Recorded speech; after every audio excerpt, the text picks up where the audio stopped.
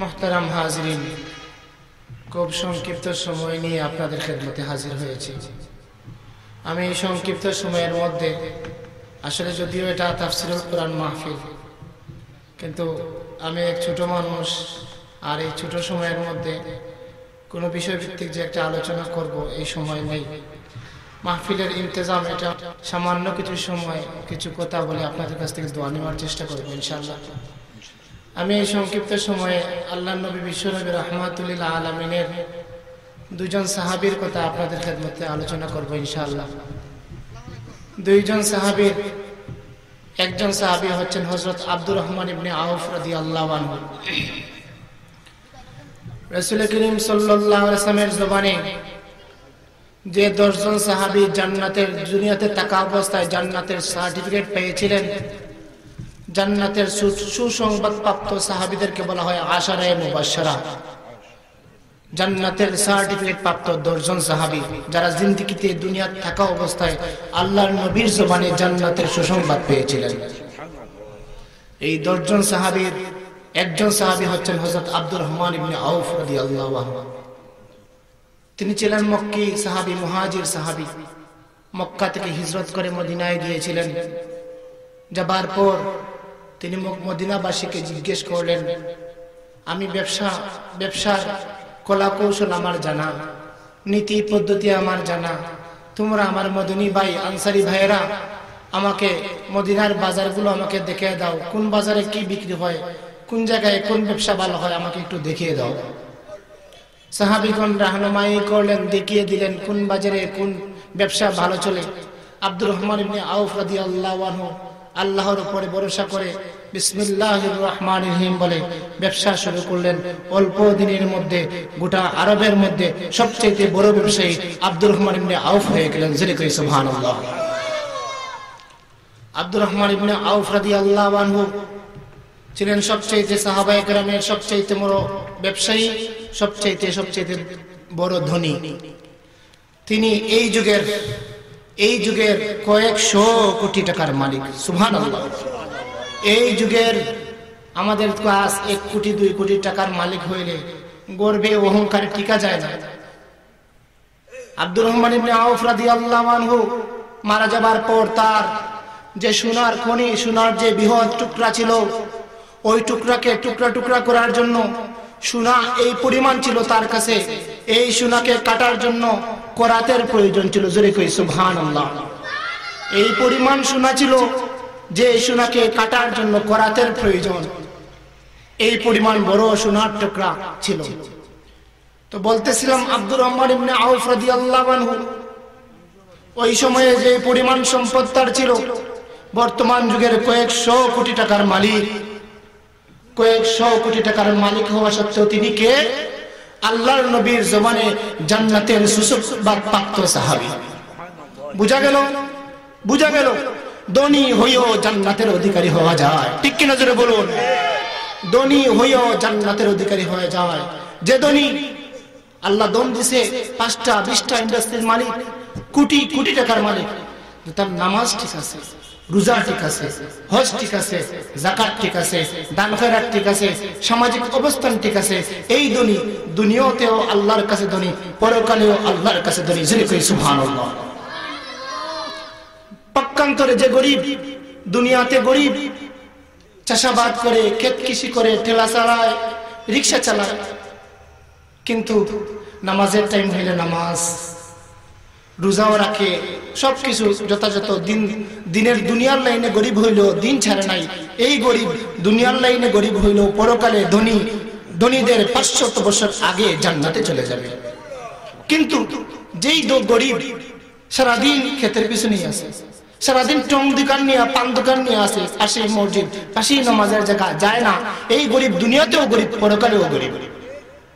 তাইলে বুঝে গেল ধনী হইও জান্নাতের অধিকারী হওয়া যায়, গরিব হইও জান্নাতের অধিকারী হওয়া যায় যদি আমলদার হওয়া যায়। আল্লাহ রাব্বুল আলামিন যেন প্রথমে আমাকে এবং আমাদের সবাইকে আল্লাহ যেন আমলদার হওয়ার তৌফিক দান করেন, বলি আমিন। 1 নম্বর সাহাবীর কথা বললাম আব্দুর রহমান ইবনে আউফ রাদিয়াল্লাহু, যিনি এই যুগের কয়েকশো কোটি টাকার মালিক হওয়া সত্ত্বেও জান্নাতের অধিকারী সাহাবী। 2 নম্বর যে দ্বিতীয় যে সাহাবীর কথা আলোচনা করতে চাই, শের খুদা হযরত আলী কাররামাল্লাহু ওয়াজহাহু। যুবকদের মধ্যে সর্বপ্রথম যে সাহাবী ইসলাম কবুল করেছেন তিনি হচ্ছেন হযরত আলী রাদিয়াল্লাহু আনহু। তার ব্যাপারে বিশ্বনবী রাহমাতুল লিল আলামিন বলেছেন, আলী আনতা মিন্নি ওয়া আনা মিনকা, আলী তুমি আমার আমি তোমার। জোরে কই সুবহানাল্লাহ। কোন সাহাবীর ব্যাপারে রাহমাতুল লিল আলামিন এটা বলেন নাই যে তুমি আমার আমি তোমার। একমাত্র সেই সাহাবী যার ব্যাপারে বিশ্বনবী রাহমাতুল লিল আলামিন বলেছেন, ও আলী তুমি হচ্ছ আমার আমি হচ্ছে তোমার। এর অর্থ হলো, ও আলী তুমিও কুরাইশ বংশের আমিও কুরাইশ বংশের, তুমি আমার চাচাতো ভাই আমি তোমার চাচাতো ভাই, আমি তোমার ভাই তুমি আমার ভাই। জোরে কই সুবহানাল্লাহ। হযরত আলী রাদিয়াল্লাহু আনহু যুবকদের মধ্যে সবচেয়ে যার অবদান ছিল, বলতেছিলাম 2 নম্বর বলবো হযরত আলী রাদিয়াল্লাহু আনহু, প্রথম নম্বরে বললাম আব্দুর রহমান ইবনে আউফ রাদিয়াল্লাহু আনহুর মাধ্যমে এই কথাটা বুঝাইলাম, ধনী হইও জান্নাতের অধিকারী হওয়া যায়, গরিব হইও জান্নাতের অধিকারী যায় যদি আমলদার হওয়া যায়। 2 নম্বর হযরত আলী রাদিয়াল্লাহু তাআলার ঘটনা এইজন্য বর্ণনা করতেছি যে এই উদ্দেশ্য থাকবে যে যারা আল্লাহর দ্বীনের সাহায্য করবে আল্লাহ রাব্বুল আলামিন নিজ দায়িত্বে তাদেরকে সাহায্য করবেন। জোরে করে সুবহানাল্লাহ। আসুন হযরত আলী রাদিয়াল্লাহু আনহু এই যুবকদের মধ্যে যিনি সর্বপ্রথম ইসলাম কবুল করেছিলেন হযরত আলী, হযরত রাসূল করিম সাল্লাল্লাহু আলাইহি ওয়াসাল্লাম 6ষ্ঠ হিজরিতে খায়বর যুদ্ধের বিজয়ের জন্য খায়বর যুদ্ধের যখন সাহাবায়ে কেরামকে প্রেরণ করবেন তখন মসজিদে নববীর মধ্যে আল্লাহ রাসূল সাল্লাল্লাহু আলাইহি ওয়াসাল্লাম রাত্রে বেলায় ঘোষণা করলেন, আগামী কাল ফজরের পরে আমি এমন এক ব্যক্তির হাতে খায়বর যুদ্ধের ঝান্ডা পতাকা তুলে দেব, ইসলামের পতাকা এমন এক ব্যক্তির হাতে তুলে দেব যার হাতে আল্লাহ মুসলমানদেরকে বিজয় দান করবেন, খায়বরকে বিজয় দান করবেন। কারণ বিশ্বনবী সাল্লাল্লাহু আলাইহি ওয়াসাল্লামের ঘোষণা যে আল্লাহ বিজয় দান করবেন, এর অর্থ হলো নিশ্চিত যেই যাবে নিশ্চিত বিজয় হবে। সব সাহাবী মুরব্বী সাহাবী হযরত আবু বকর, হযরত ওমর, হযরত আব্দুর রহমান ইবনে আউফ, হযরত উসমান রিদওয়ানুল্লাহি আলাইহিম আজমাইন সবাই মনে মনে ভাবেন বিশ্বনবী রাহমাতুল লিল আলামিন যদি এই ঝান্ডাটা এই পতাকাটা যদি আমার হাতে তুলে দিতেন কতই না ভালো হতো, নিশ্চিত বিজয় ছিল। পরদিন ফজরের নামাজ আল্লাহর নবী বিশ্বনবী রাহমাতুল লিল আলামিন আদায় করেন। ফজরের নামাজের পর ডানে বামে সালাম আদায় করে আল্লাহর নবী সাল্লাল্লাহু আলাইহি ওয়াসাল্লাম খোঁজ করলেন, আমার আলী কোথায়, আলী কোথায়? আলী রাদিয়াল্লাহু তাআলা তখন যুবক, মুরব্বী সাহাবীরা উপস্থিত, কিন্তু খোঁজ করেন আমার আলী কোথায়। এজন্য দিনের খেদমতের জন্য বয়স লাগে না। ছোট একজন যদি বয়সে আল্লাহ তাকে যোগ্যতা দান করেন, তার মাধ্যমে আল্লাহ যদি কবুল করেন, তার মাধ্যমে আল্লাহ দিনের খেদমত নিতে পারেন। রাসূল করিম সাল্লাল্লাহু আলাইহি ওয়াসাল্লাম জিজ্ঞেস করেন আমার আলী কোথায়? সাহাবায়ে কেরাম বললেন, ইয়া রাসূলুল্লাহ ইয়া হাবিবাল্লাহ, হযরত আলীর চোখ উঠেছে, তিনি মসজিদে এসে নামাজ আদায় করতে পারেন নাই, ঘরের মধ্যে নামাজ আদায় করেছেন। নবীজি সাল্লাল্লাহু আলাইহি ওয়াসাল্লাম বলেন, 2 জন সাহাবী যাও গিয়ে আমার আলীকে নিয়ে আসো। সাহাবায়ে কেরাম আলী রাদিয়াল্লাহু কে নিয়ে আসলেন। রাসূল করিম সাল্লাল্লাহু আলাইহি ওয়াসাল্লাম জিজ্ঞেস করলেন, আলী কি হয়েছে তোমার? আলী রাদিয়াল্লাহু বলেন, ইয়া রাসূলুল্লাহ ইয়া হাবিবাল্লাহ, চোখ উঠেছে, চোখ খুলতে পারতেছি না। নবীজি লক্ষ্য করবেন, নবীজি রাহমাতুল লিল আলামিন সাল্লাল্লাহু আলাইহি সাল্লাম তার মুখ থেকে সামান্য লোআব মুবারক নিলেন, আলী রাদিয়াল্লাহু তাআলা ডান চোখে বাম চোখে লাগায় দিলেন, সঙ্গে সঙ্গে ভালো হয়ে গেল। শুধু তাই নয়, আলী রাদিয়াল্লাহু আনহু বলেন, আল্লাহর নবী সাল্লাল্লাহু আলাইহি ওয়াসাল্লামের লোআব মুবারকের বরকতে ওই দিন তো সুস্থ হইলাম ঠিক, শুধু তাই নয়, কিয়ামত আমি যতদিন জীবিত ছিলাম হয়তো মাথায় ব্যথা হয়েছে, কোমরে ব্যথা হয়েছে বা হাতের মধ্যে রোগ হয়েছে, আল্লাহর নবীর লোআবের বরকতে ওই দিন তো সুস্থ হয়েছি, আমি যতদিন জীবিত ছিলাম অন্য কোথাও রোগ আসলো চোখের মধ্যে আর জিন্দেগিতে রোগ আসে নাই। সুবহানাল্লাহ। আল্লাহর নবী বিশ্বনবী রাহমাতুল লিল আলামিনের লোআব মুবারকের বরকতে আলী রাদিয়াল্লাহু সুস্থ হয়ে উঠলেন। এবার নবীজি বললেন, ও আলী তোমার হাতেই আমি খায়বর বিজয়ের ঝান্ডা তুলে দিলাম। আলী রাদিয়াল্লাহু কে সেনাপতি বানাইয়া 1400 সাহাবীর কাফেলাকে আল্লাহর নবী বিশ্বনবী রাহমাতুল লিল আলামিন খায়বর পানে প্রেরণ করলেন। খায়বরে ছিল 8টি দুর্গ, বড় বড় 8টি দুর্গ। ওই খায়বরের মধ্যে একজন বীর বাহাদুর পালোয়ান ছিল, তার নাম ছিল মুরাহহাব। আলী রাদিয়াল্লাহু গেলেন, বললেন, এই কাফেরের বাচ্চারা, কে আসো মুসলমানদের বিজয়কে আজকে রুখে দিবা, সাহস থাকলে সামনে আসো। ডাক দিলেন, বজ্র আওয়াজে, বাগের আওয়াজে ইসলামের পক্ষে ডাক দিলেন। বের হয়ে আসলে কাফির, তার নাম ছিল মুরাহাব।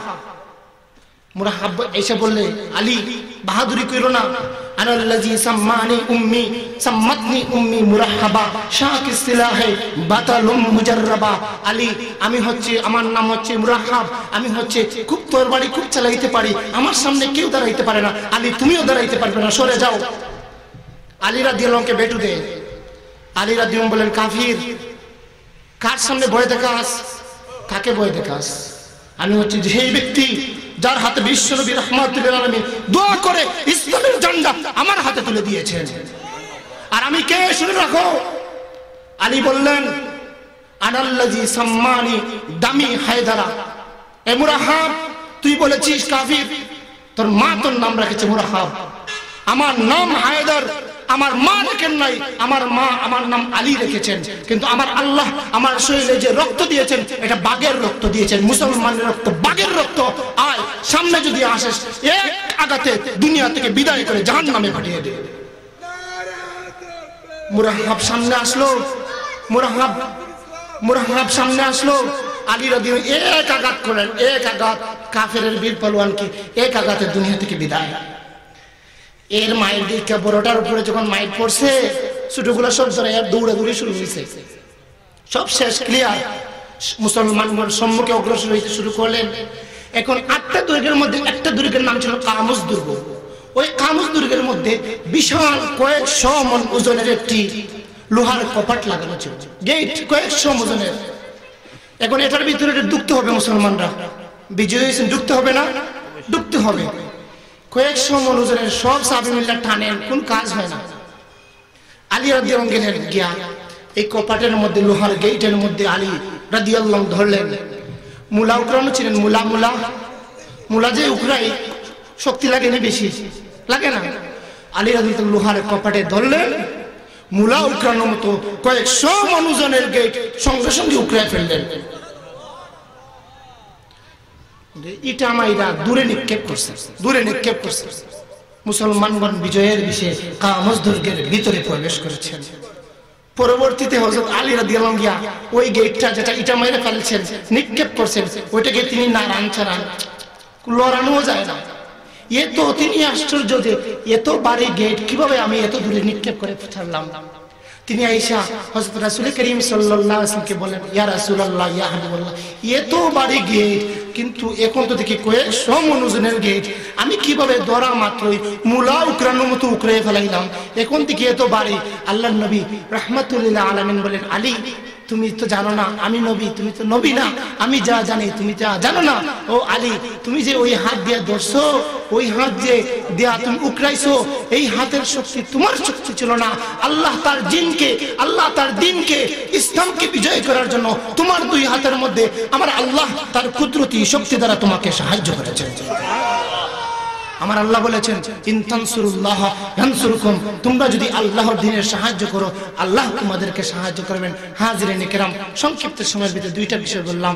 আব্দুর রহমান ইবনে আউফ রাদিয়াল্লাহু কথা বললাম, দিয়া তিনি প্রচুর কোটি কোটি কয়েকশো কোটি টাকার মালিক হওয়া সত্ত্বেও জান্নাতের সুসংবাদ প্রাপ্ত সাহাবী, বুঝা গেল ধনী হয়েও জান্নাতের অধিকারী হওয়া যায়। মুসআব ইবনে উমাইর রাদিয়াল্লাহু ছিলেন নেহায়াত গরীব, তিনিও জান্নাতি, বুঝা গেল গরীব হয়েও জান্নাতি হওয়া যায় যদি আমলদার হওয়া যায়। আল্লাহ যেন আমাদেরকে আমলদার হওয়ার তৌফিক দান বলি, আমিন। 2 নম্বর, আলী রাদিয়াল্লাহু তাআলা যে সংক্ষিপ্ত ঘটনা বললাম, এই ঘটনা দিয়ে বুঝলাম আলী রাদিয়াল্লাহু তাআলা খায়বরের যুদ্ধে গেলেন, কয়েকশো মণ ওজনের গিটটা মুলা উকরানোর মতো উকরায় ফেলাইলেন।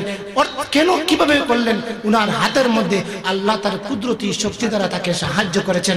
আল্লাহ বলেছেন, ইন তানসুরুল্লাহ ইয়ানসুরকুম ওয়া ইয়াসাব্বিত আকদামাকুম, তোমরা যদি আল্লাহর দ্বীনের সাহায্য করো আল্লাহ তোমাদেরকে সাহায্য করবেন, তোমাদের কোমরকে মজবুত করে দিবেন। আল্লাহ যেন আপনাকে আমাকে দ্বীনের পথে সাহায্যের জন্য এগিয়ে আসার জন্য তৌফিক, আমরা সবাই বলি আমিন। আপনারা আমার জন্য দোয়া করবেন, খাস দিলে দোয়া করবেন। এলাকার মুর্দিগান সবার জন্য দোয়া হবে, আল্লাহ সবাইকে যেন জান্নাত দান করেন। এখানে হাজিরিন যারা আছেন, বিশেষ করে ডান পাশে আমার পরম শ্রদ্ধাভাজন আজকের মাহফিলের সভাপতি হযরত মাওলানা মুস্তাফা আহমদ সাহেব, বাম পাশে আমার আরেক চাচা হযরত জনাব হাজী আব্দুল রউফ সাহেব, উভয়কে যেন আল্লাহ নেক হায়াত দান করেন। হাফিজ সালমান আহমদ সেলিম সাহেব, আমার ভাই আব্দুল সালাম, হাফিজ আব্দুল সালাম সহ মাদ্রাসার আসাতিজা কেরাম, আরো উলামায়ে কেরাম আছেন। এখানে আমাদের শেরপুর আবাসিক এলাকার সম্মানিত ইমাম খতিব হযরত মাওলানা নুরুল ইসলাম হাশিমপুরি, তিনি দেখছি তাশরীফ আনছেন। আল্লাহ তাআলা যেন এখানে যারাই আছেন সবাইকে নেক হায়াত দান করেন। আমি আমার জন্য খাস দিলে চাইলাম, আমি আমার জন্য দোয়া চাইলাম, আল্লাহ যেন হেদায়েতের উপরে চলার তৌফিক দান করেন। আমার আব্বা আম্মা জিন্দা আছেন, আল্লাহ যেন আমার আব্বা আম্মা সহ যাদের আব্বা আম্মা জিন্দা আছেন সবাইকে নেক হায়াত দান করেন। আমরা সবাই বলি আমিন।